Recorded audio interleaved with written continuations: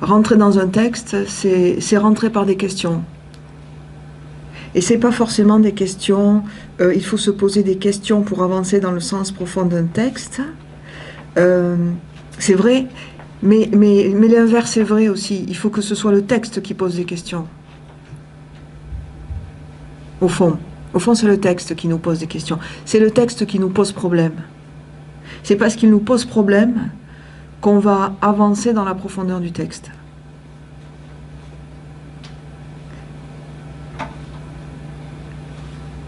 Et le jeu est très intéressant parce qu'il nous montre qu'il y a plusieurs niveaux. Mais qu'est-ce que... c'est le texte qui nous entraîne à sa suite, en fait. Donc, les questions, c'est une porte d'entrée intéressante et elle est en double sens. Là, je reviens sur la conviction, sur la pédagogie de l'interprétation, sur le manque de connaissances bibliques. Ça, c'est une vraie question.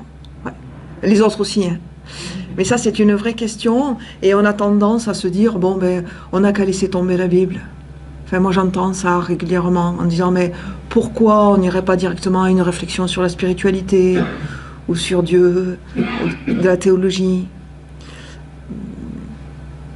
On a besoin de passer par des histoires. Enfin, c'est vrai pour l'identité. En philosophie, c'est vrai pour l'identité personnelle. Si vous voulez raconter qui vous êtes à quelqu'un, vous allez raconter votre histoire.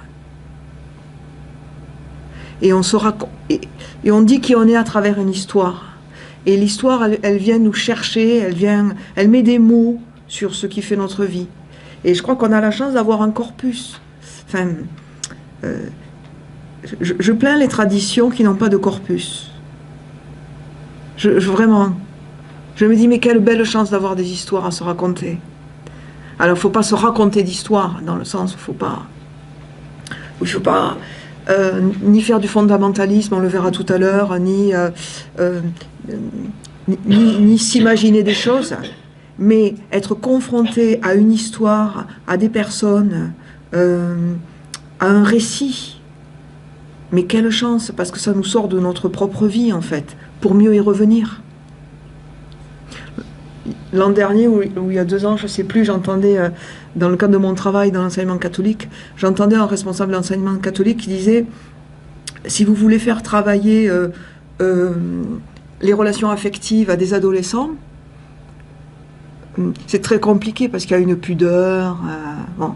Faites-leur lire Don Juan. On lit Don Juan, puis après on peut parler de sa vie. Ou on parle de Don Juan. On reste dans Don Juan. On va parler. Mais en même temps, quand on parle de Don Juan, on parle de soi. Et c'est tout l'intérêt, me semble-t-il, de rester dans ce texte biblique, même si on ne comprend pas toute l'histoire, même si à la limite on ne sait pas qu'est-ce qu'ils font dans ce désert à ce moment-là, même si on ne sait pas ce que Massa et Meriba veulent dire au début. Je crois qu'il ne faut pas hésiter à rentrer dans les récits, et puis petit à petit, les récits vont se mettre en place. Mais il faut tenir le texte. Voilà, dans ce qu'il a de dérangeant, il n'est pas nous, et c'est pour ça qu'il est intéressant. Donc, est-ce qu'on pourrait dire, l'eau, elle peut... la stabilité est nécessaire pour faire jaillir de l'eau? C'est plutôt dans le rocher la présence de Dieu. Oui, mais pourquoi le rocher? Ah oui, justement. Oui, Maggie? Dans les psaumes, tu es mon rocher. Ah, On le retrouve. ok. Dans les psaumes, Dieu est mon rocher. Et quand on dit Amen, Et quand on dit Amen? Amen, c'est mon rocher, c'est sûr, c'est du... Ah oui, Amen, ça veut dire je crois. Ok. Bon, vous avez vu là, vous venez de faire de l'intertextualité.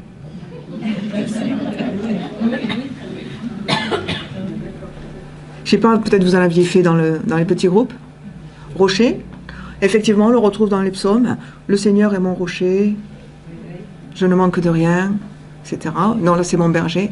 Mais le rocher arrive régulièrement. Alors, ça nous montre, le rocher c'est la stabilité. Pour moi c'est la stabilité. Pour vous c'est peut-être autre chose. Hein. C'est la solidité. C'est quelque chose qu'on ne va pas bouger comme ça. C'est quelque chose qui va durer. Je vais dire, Enraciné. dans le texte, le rocher normalement c'est le peuple.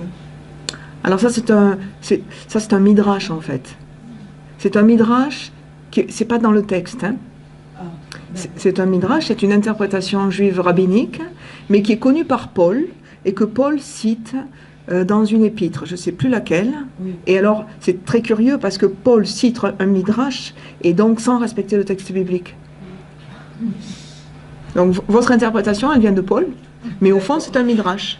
Ça, je ne me suis pas aperçue. Oui, oui.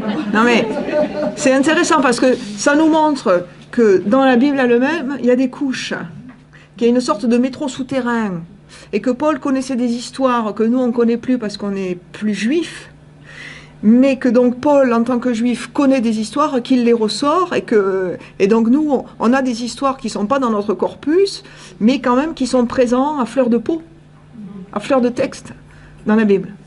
Et donc, effectivement, il y a cette idée que le rocher a suivi le peuple, parce que quand même, une fois que vous avez quitté Massa et Meriba, il faut continuer à cheminer, et que le rocher suivait le peuple, et dès qu'ils en avaient besoin, ils prenaient de l'eau, telle une réserve portative, ils prenaient de l'eau au rocher. Voilà. Et puis aussi l'eau. Pour jaillir d'un rocher, elle a un certain cheminement à faire qui est beaucoup plus ardu que si elle jaillit de la terre. Ça veut dire qu'elle sera peut-être plus porteuse d'énergie, de puissance, et plus enrichissante. Ok. C'est une interprétation valable, effectivement. Donc, vous voyez, là, vous faites appel, quand vous interprétez, vous allez faire appel à tout votre imaginaire et toute votre perception du réel. Un rocher, c'est pas la même chose pour les uns et pour les autres. La question va se poser, par exemple, de la même manière, quelques chapitres avant, elle s'est posée sur le buisson. Pourquoi Dieu se révèle dans un buisson? Ben, c'est intéressant de se poser la question. Donc, ne passez pas trop vite sur des choses très, très banales, en se disant, bah oui, bien sûr c'est un rocher, ou bien sûr c'est un buisson. Non, non, non, c'est pas évident. Et quand les gens découvrent le texte pour la première fois, ou des enfants, ou des adultes qui découvrent le texte, effectivement, eux, ils nous font voir des choses qu'on n'avait pas vues sur le texte. Ça va relier à des choses plus profondes. Et les nappes phréatiques, merci. Avec les nappes phréatiques spirituelles. Voilà. Et la vraie nappe phréatique, c'est Dieu. Donc c'est pour ça qu'on a besoin d'un puits, peut-être. Alors, c'est la différence, en fait, avec... bon, je ne suis pas experte en géologie, hein, mais entre une réserve d'eau, une citerne, comme dans le cas de Joseph, où Joseph est mis dans la citerne, et un puits, c'est qu'il y a forcément une source dessous, quoi. Hein. Donc, que ce soit une source ou un puits, derrière, on a accès à la profondeur, à la source, à l'origine, en fait. À l'origine. Que ce soit le puits ou la source, c'est l'origine. Et je crois que ça nous parle de ça, de l'origine. Ça vous va comme réponse? Non. J'étais surprise qu'ils aient enlevé le mot puits, parce que moi j'étais Il y a le puits de Jacob et source, il y a les deux. Dans la nouvelle traduction, il y a les deux. Et d'ailleurs, c'est intéressant on nous précise le lieu. On nous dit effectivement, c'est là que... j'ai plus le texte, mais c'est là que Jacob avait creusé Sicar, près du terrain que Jacob avait donné à son fils Joseph. Et là, c'est super parce que on a un ancrage biblique. Et on nous dit, c'est le même, en gros, c'est la même région, c'est la même histoire, c'est le même peuple. L'histoire continue, quoi. Bon, maintenant, j'ai plus de 3 minutes. Le besoin vital avec Dieu ou sans Dieu. Je crois que dans le texte, les deux textes nous conduisent vers la vie. Hein? Le but du texte, c'est la vie. C'est pas forcément, entendons-nous bien, c'est pas Dieu en tant que Dieu, c'est Dieu en tant que vie. Les deux textes nous mènent à la vie.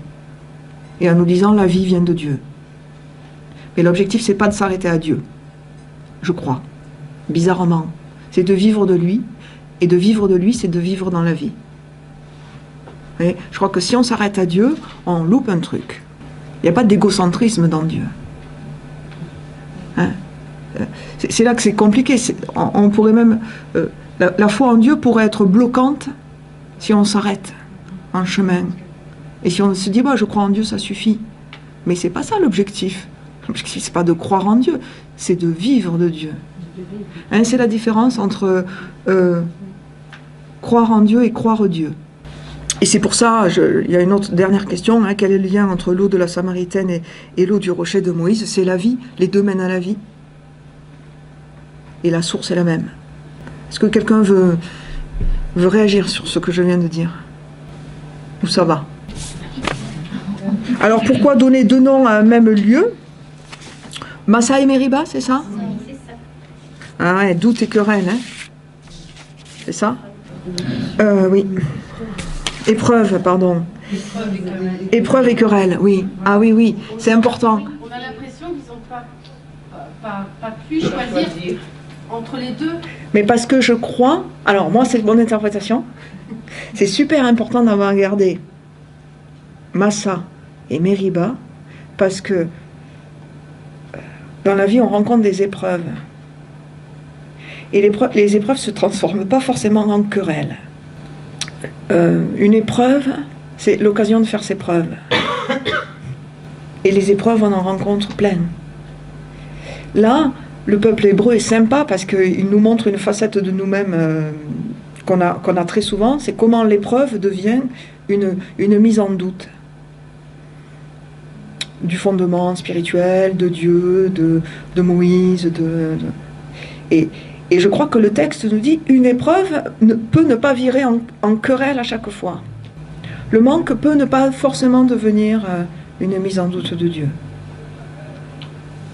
Vous pouvez ne pas remettre Dieu en doute chaque fois que vous avez le cafard.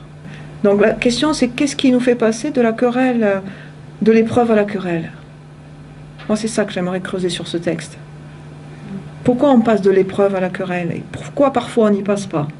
Qu'est-ce qui rentre en jeu pour ne s'arrêter à l'épreuve? Parce que ok, c'est une épreuve, c'est dur, c'est désagréable, ça ne nous plaît pas, on aimerait autre chose. Ça, c'est une épreuve. Qu'est-ce qui fait que parfois on va jusqu'à la querelle et parfois on n'y va pas? Voilà. C'est intéressant à creuser cette question. Donc peut-être c'est un chemin. Le chemin, voilà. On est parfois en chemin entre Massa et Meriba. Massa, ça fait partie de nos vies. Meriba, c'est pas certain, quoi. Meriba, ça dépend de nous. Massa, ça dépend pas forcément de nous. Massa, c'est la vie. Meriba, c'est notre responsabilité. Ouais, alors, moi je pense qu'un caractère, ça se travaille. C'est justement un peu l'objectif de la vie. On est en stage. Hein. On est en stage. Je me méfie beaucoup des gens qui disent oui, mais des gens qui disent ah ben moi je suis comme ça, je suis colérique, je peux rien. Ben si. Je suis désolée, mais si. Et oui, parce qu'on le voit pas, donc c'est une idée puis qui peut très bien être remplacée par l'idée inverse 2 minutes après. Ah ben non, il y est pas. Et regardez, ce qu'il y a d'intéressant, et après j'arrête parce que je vais me faire mettre dehors par Odile. À la fin, ils disent, le Seigneur est au milieu de nous, oui ou non. Ils ne remettent pas en question Dieu, ils remettent en question, ils se demandent comment il est présent. Et c'est la vraie question du texte. Ils disent pas, eh bien, si on a soif, ça veut dire que Dieu n'est pas là. Ils disent, Dieu existe, mais comment il... Voilà. Et je crois que l'épreuve nous demande de nous poser cette question, comment Dieu est présent.